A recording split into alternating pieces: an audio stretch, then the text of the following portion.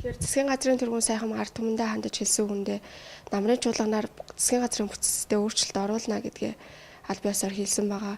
Тэгэхээр таны хувьд бас засгийн газрын үйл ажиллагаанаас шүүмжлэлтэй хандаж ирсэн. Тэгэхээр энэ бүтцээ хэрвээ өөрчлөлт оруулахдаа яаж өөрчлөлт оруулах нь зүйтэй юм бэ? Мэдээж гишүүдийн зүгээс болоод бас цомхон болгох хэрэгтэй гэх асуудлыг төвшүүлж байна. Таны за ингэж л бүтцийн өөрчлөлт хийж болохгүй л гэж би ойлгож байгаа. Нэгдүгээр бүтцийн өөрчлөлт хийх асуудлыг бол нэлээд дээр хийх хэрэгтэй байсан. Бараг одоо анхнаас нь шахууч буруу хийгээд энэ шүү гэдгийг нь бол би хэлж лээсэн. За дараа нь бол наадхаа өөрчлөөшөө гэж олон нийтийн одоо хэвлэл мэдээллийн хэрэгслээр дамжуулаад бол хэлж лээсэн. За одоо энэ хийж байгаа юм дээр харах дээр бол нэгдүгээрт нь бол намрын чуулганд оруулна гэж байгаа асуудлыг. Тэгэхээр намрын чуулган чинь 10 сард эхлээд 2 сар хүртэл үргэлжлэнэ шүү дээ. Тэгэхээр 1 сарын 30-нд оруулах юм бол намрын чуулганд оруулсан уу? Оруулсан л гэж хэлсэн шүү дээ. Тийм маягаар явах гэдэг шүү. Одоо та нар ийм юмд ууртагтаа суужаад ямар сонио хүн бэ гэж одоо яг өөрөө ч сая орж ирэхээс өмнөхөн бас надтай нэг хүмүүс орж ирээд уулзаад явж байна. Тэгээ ард иргэд бол уже тэрийг ярьж эхэлж шин. Наад чинь бол зүгээр нэг цаг очих гэсэн юм санаа тэрнээс үл тэр их сүрхий юм байхгүй гэж. За хоёрдугаарт нь бол хэрвээ би ойлгож байгаа бол зөв ойлгож байгаа бол энэ бүтцийн өөрчлөлт хийх асуудлыг бол зарлсан даруйда хийх учиртай юм.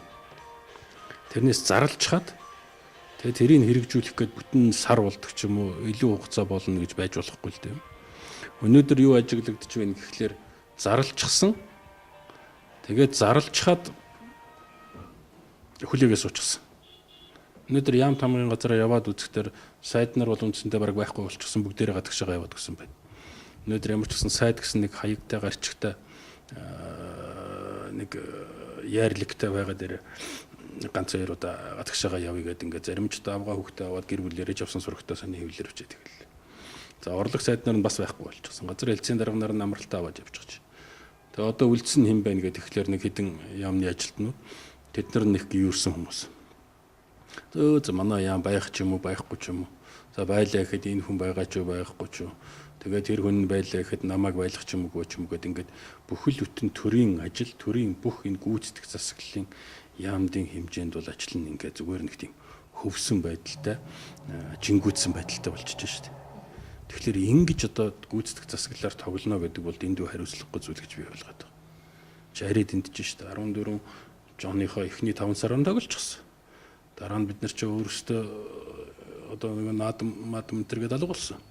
Тэгээ одоо хурж ирж чад ажиллаа хийх хэрэгтэй байтал бүхэл бүтэн сар ингээд тоглоод ингээд бүх яам тамгын газруудыг чингүүцсэн байдалтай хөвсөн байдалтай болгоод тавина гэдэг бол дэндүү хариуцлагагүй байгаагийн одоо шинжил гэж би ойлгож байна шүү дээ. Тийм учраас зөвхөн энэнийхэн төлөө энэ хүмүүсийг бол зүгээр энэ дээр явуулах хэрэгтэй л гэж би ойлгож байна.